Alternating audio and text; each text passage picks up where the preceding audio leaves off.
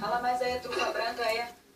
Nem tá na temporada dela, né? Mas eu liguei pro fornecedor meu lá de São Paulo, consegui uma pra mim, mandou de ponte na linha térmica. Fala aí, sou ou não sou higiene de ter contratado esse chefe pra cozinhar pra gente hoje, hein? Tu me idolatra? Fala pra mim, tu me idolatra? Tô nem aí porque eu tô comendo. Eu ia comer qualquer coisa só porque eu tô morrendo de fome, tá?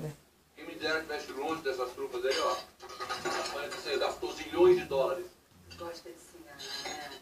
Mas é tudo mentira, mané, porque, ó, tu gosta de tudo que tu merece, tá ligado? Merece.